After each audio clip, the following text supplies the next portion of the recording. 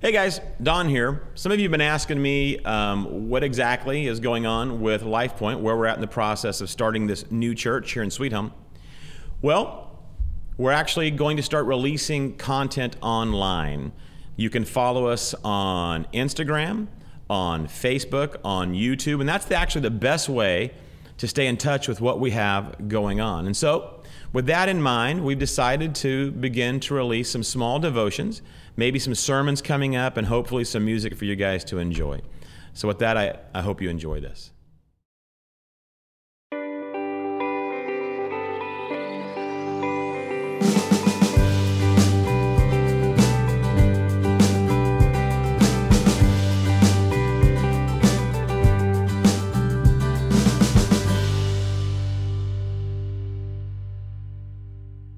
So when I was around 8 or 9 years old, my dad decided to take the family on this nice and relaxing hike.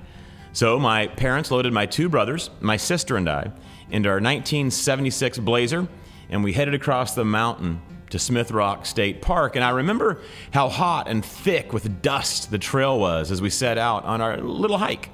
Thinking the trails were going to be very clearly marked, my dad had not thought it necessary to bring a trail map. So as we meandered throughout the towering peaks deeper and deeper into more and more rugged terrain, well, it became slowly and painfully obvious that his lack of foresight had been a mistake. As the afternoon drug on, my dad, he led us all around that park, choosing paths at random with the hope that the next turn would lead us out. And as I recall, we had not packed enough water to last much more than what we had anticipated would be a quick hike in and out, and I have to say that was something which was causing no small amount of irritation between my parents. Finally, late in the afternoon, we saw this group of hikers on a ridge, and my dad was able to get their attention through this series of screams and guttural grunts and calisthenics. So they were able, through their own sign language back to us, to provide directions as to how we could escape our plight. Now, I don't recall the hike out nor the drive to Redmond.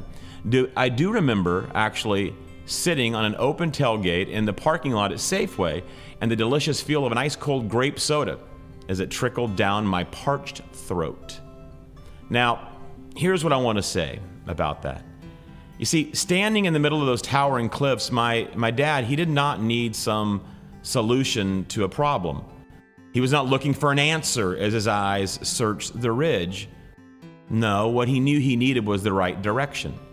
He had led his family down the wrong path, and now he was standing where every wrong path will always inevitably lead, which is the wrong destination. He knew that only the right path would lead us to where we wanted to go.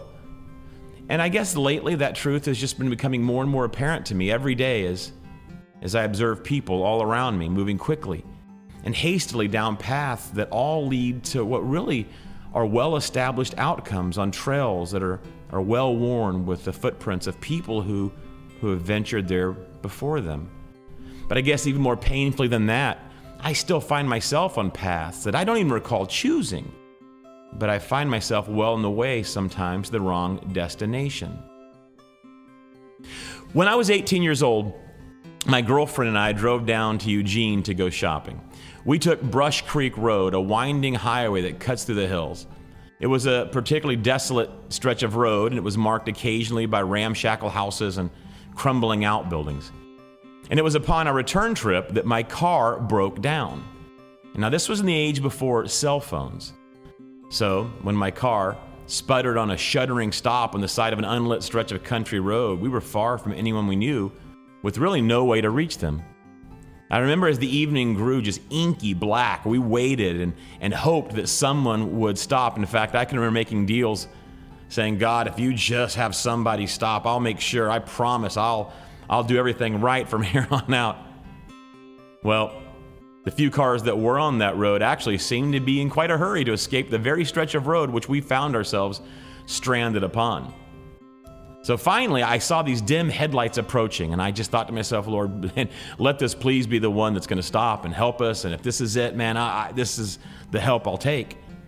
As the car drew near, it slowed down, and I was able to identify as it passed by this old, beat-up Honda CVCC. Predates even the Civic.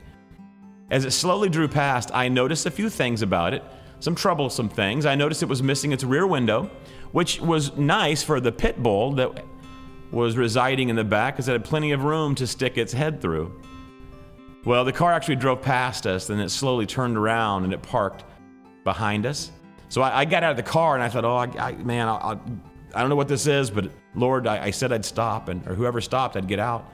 So I got out, and I walked to meet the man who emerged from the Honda, and he was this gaunt-looking man wearing camo pants and a sleeveless shirt.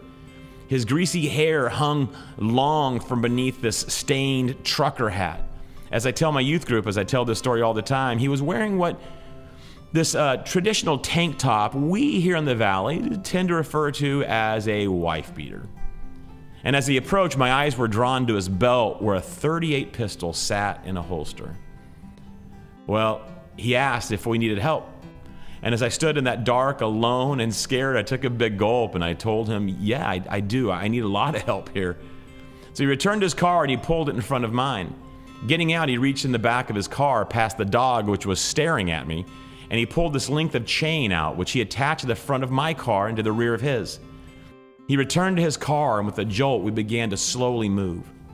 After a bit, as we slowly lurched along that lonely highway, the unthinkable happened.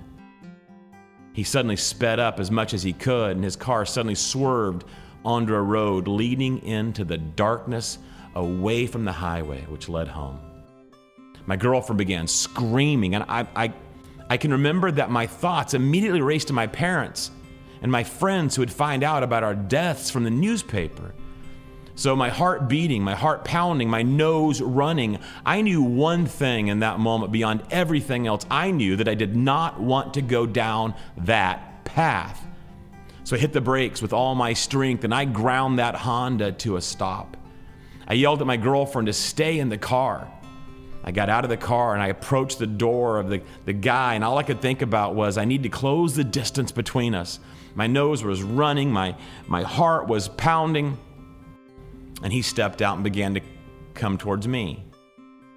And as I began to try to walk quicker, but it seemed like my legs were just made of quicksand, what I remember is him reaching for his belt where the .38 was tucked.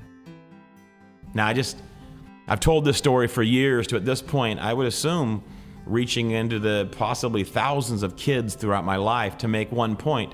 And I always do the same thing at this point in the story. I don't tell you the rest of the story because I want to stop so you remember this moment, which is this. The point is, I did not want to go down that path, so what did I do? See, I knew that I didn't have a car problem at that point. I didn't have a relational problem at that point. Man, I had a direction problem. I wanted to use all my strength in that moment to stop because I was heading in the wrong direction. I was heading away from safety, away from home, towards destruction. And so I just want to say all this to you today because I want you to ask yourself, where do you find yourself? Are you on a path today? We're all on a path. Is this path that you're on, is it leading away from where you want to go? I guess I would say this is what I've discovered in my life. If you find yourself on a path today, leading far away from where you want to go, and all you need to do is look toward the natural destination, chances are many people have made the same mistake. Many people have traveled that same well-worn path, that same well-worn destination. You see, every wrong path will eventually and always inevitably lead to the wrong destination. Here's what I'd encourage you to do. You just have to stop. It's going to take strength, but you have to stop. And then you have to, like my father on that day, standing on that dusty ridge, I would encourage you. Once you've stopped, use all your strength to stop walking down that path. I encourage you to search the ridge. I encourage you to ask for direction from the people in your life who have reached the spot that you can see you really actually want to go. The married couples who've successfully navigated the years. The parents who've successfully navigated the raising the children. And I guess I would just say this. Choose the right path. So I'll say it again in closing. What path are you on today? What is its natural destination? Is it leading away from safety? Is it leading towards destruction? See, everybody seems to think they'll be the one that beats the odds, but they won't. Every wrong path inevitably leads to the wrong destination. So stop today and return to the path that leads home. And so I just want to end with this little bit of scripture from Proverbs, from someone, a loving father perhaps, who is wanting his child to understand the truth of the path. Hear, my son, and accept my sayings, and the years of your life will be many. I have directed you in the way of wisdom. I have led you in upright paths. When you walk, your steps will not be impeded, and if you run, you will not stumble. Take hold of instruction and do not let go. Guard her, for she is your life. Do not enter the path of the wicked, and do not proceed in the way of evil men. Avoid it. Do not pass by. Turn away and pass on. You see, today you may think that you have a problem. You may think that you're looking for a solution. And one of my favorite pastors, Andy Stanley, has made it clear in many of his teachings that I've read and books that he's written, and I just love this, that you don't have a problem and you don't need a solution. What you have is the wrong direction. And what you need to do is find a different path.